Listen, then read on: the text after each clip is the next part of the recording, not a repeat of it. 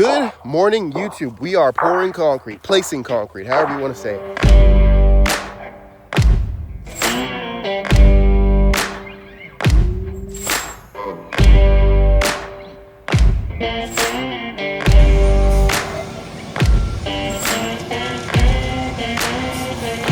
I came down here, I'm double checking all the rebar. Some of the rebar fell over on the rebar chairs, you can see here.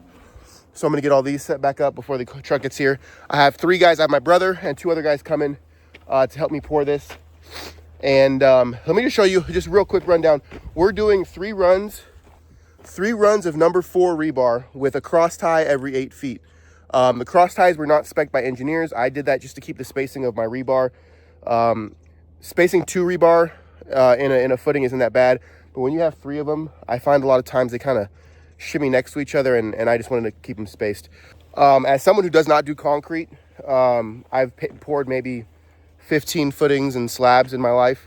I find that concrete is prepare for the unexpected, and then hurry up and wait. All right, so the pump truck showed up, which was awesome, right on time, awesome company. This is my first time using them. They showed up on time, made sure that they had the reach. They actually sent a bigger boom pump than we ordered, so we got full reach all the way to the end of the basement and to the back of the master bedroom, and we were excited about that.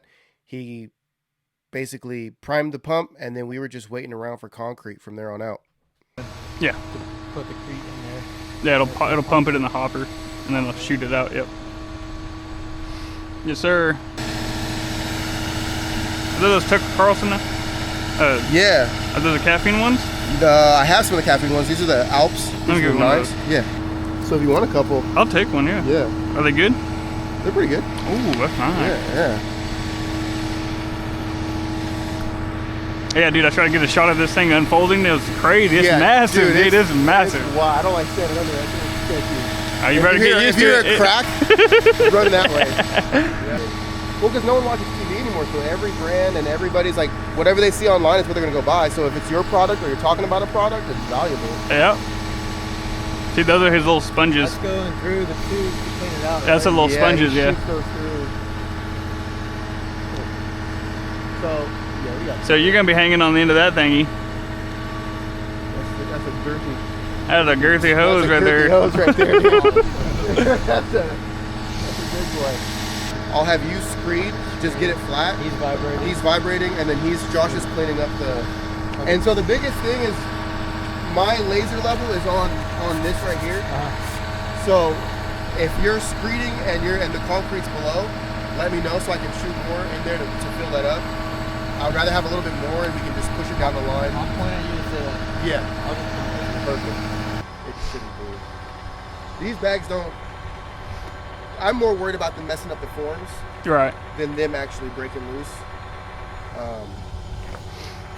It should be solid, but we're just preventative. These stakes are in rock too, so like the chances of them going is... slim to none. Yeah.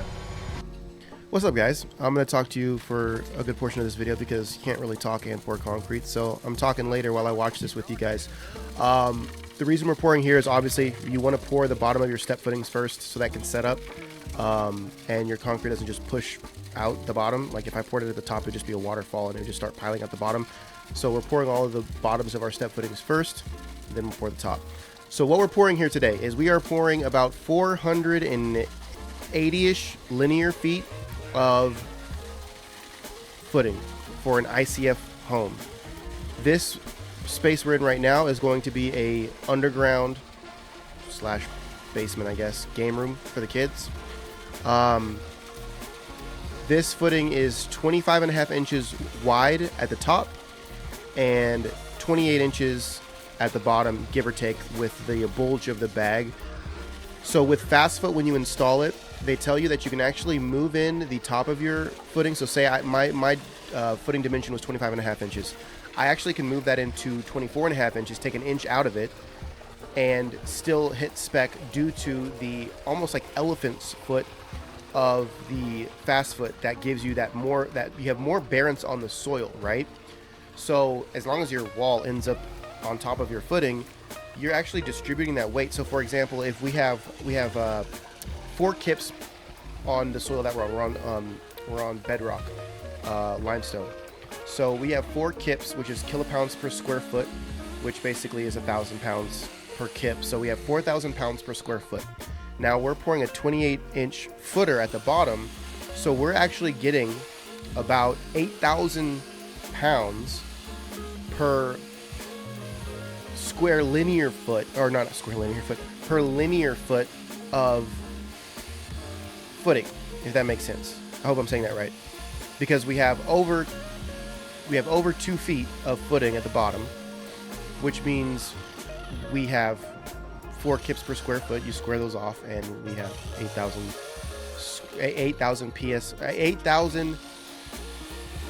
pounds per linear foot. My gosh, my brain is not the best. Anyway, what we're doing here is we're pouring 4,000 psi concrete. We have 3 runs of number 4 rebar. We are going through, and one person is screeding just to kind of get it level. The other person's going through and vibrating to kind of get those bubbles out. And then we have one person going behind them, troweling everything out. Normally you would screed behind the vibrator, but in this case, because I was moving so quick with the pump, I wanted to make sure that we got enough concrete in the footing before we moved on. This section was sketchy. This is a corner where we have a step footing, but because we're pouring ICF, the ICF will do the step footing. You can see the jerry-rigged bracing I have there. That's because the footing actually is about 6 inches off the edge. So I had to put a 2x6 under there to hold that fast foot in there, and then basically box frame it so that it wouldn't topple over. And it worked amazing, like oddly good for what I thought it would do. Now down here in the basement, we are pouring 16-inch footings. At the minimum, we had 12-inch footings. So right here at the corner where you see the bracing, that's 12-inch, which is the lowest we could go. And because if you look at the ground I'm standing on, that is solid rock. All the little white spots that you see popping up, that's solid limestone. The stuff on top of that is just a really thin film of silt that happened when everything got flooded. But we're pouring on solid limestone here. So you can't cleanly excavate solid limestone without, I mean, you just can't unless you have like all the equipment. So I got down to grade at the highest part, which is the 12-inch, and then everything else I just left where it is, which cost me more in concrete, but honestly the price it was going to cost for me to get that thing leveled out was not worth it. I'll pour the extra concrete, which is why we ended up so deep here. I was originally, this is my first time pouring a full footing with FastFoot. I was originally going to pour this in lifts, and by lifts I mean go around once, 10 inches, go around the next time, fill it up. But after pouring all the other footing, dude, this stuff is indestructible. It wasn't going anywhere. So I was like, dude, screw it. Let's just pour the full 16 inches in one go. And we did that, and it worked perfectly. Here you can see the FastFoot bulging a little too much. I gave it a little too much slack, which is something I was worried about, but it actually performed great. It didn't float my forms, didn't float my forms, didn't drop my forms, didn't bow my forms. Again, all of our jet stakes or form stakes, whatever you call them, are in solid rock, so they're sturdy. They're not really moving anywhere. We would have to bend that 3/4 inch metal for these things to bow out. So overall, it went great. It worked great. Let me know in the comment section if you think I used enough rebar. We got 3 runs of number 4 rebar.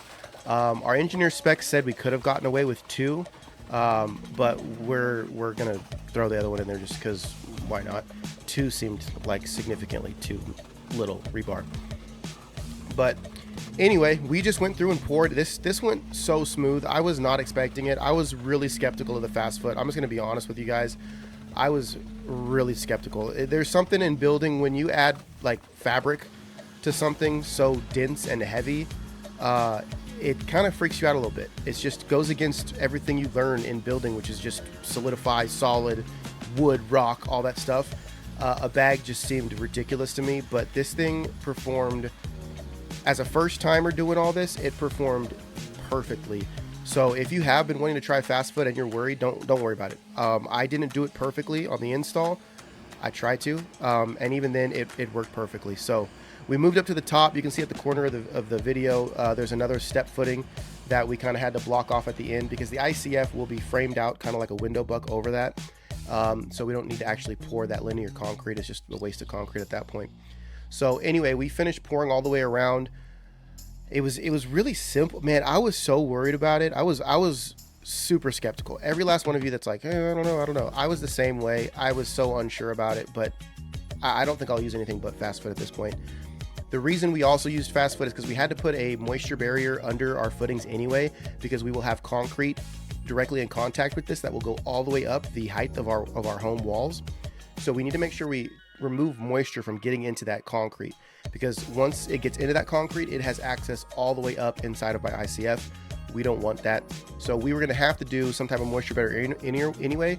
So FastFoot is a better way to do it, because that way you don't have to form it up and put plastic in there or Stego or whatever. And I mean, it's just easier to just use one system instead of using two different systems. So it worked great. A lot of people asked, John, it takes more concrete, which I believe you. And I wouldn't have said it doesn't unless I did it myself. I ordered 4 extra yards of concrete. I ended up using exactly what I would have used if I just done forms. So I calculated it as if I was using regular forms. And it came out with about 50 yards of concrete. So I was like, I don't believe that FastFoot doesn't use more concrete. It just doesn't make sense. When you look at it, it obviously uses more concrete. So I didn't believe all the people that told me it doesn't need more concrete. I ordered an extra 4 yards because I'd rather have waste and lose the money than end up where I'm at right now and not have more concrete. So I actually poured 50.5 yards of concrete, and the rest of the concrete we dumped down in the basement because we have to backfill it anyway. So they were going to take it back to the plant, but I was like, this will save me on backfilling a little bit, so just dump it. But yeah, it took about a half yard more than what I expected, which honestly, you're going to order a yard or two more when you order concrete, no matter what forms you're using. So if you order your normal concrete with your normal waste, you'll be right there. It doesn't make sense. I think it's the moving in of the top of the form an inch is where I don't know. I still can't. The math in my head doesn't make sense. Look at the bulge. It obviously looks like more concrete. It's not. Trust me, I can't explain it to you other than I didn't believe it until I poured it. And you probably won't until you pour it. So you guys might be asking, why don't I have my vertical rebar coming up out of? My specs did not require me to have my vertical rebar hooked onto the bottom. So I'm actually going to drill holes and epoxy the vertical rebar in. It's going to take more time, but due to me not being comfortable with the FastFoot, I was like, if we have a problem and I have vertical rebar and we get that all bumped out and the form messes up, then I'm going to end up grinding off rebar and putting more in later. So I was like, I'll spend the extra time, the extra money to just put it in later and get it exactly where I want. It's not ideal, but again, it's just what I decided to do. So Josh was going around as we were pouring, smoothing it out just roughly. And then once we finished the entire pour, we all went back around and cleaned up and everything and got everything situated. So it all went pretty smooth, pretty stoked, pretty awesome. Make sure to like, subscribe, because we're going to be stacking ICF here soon.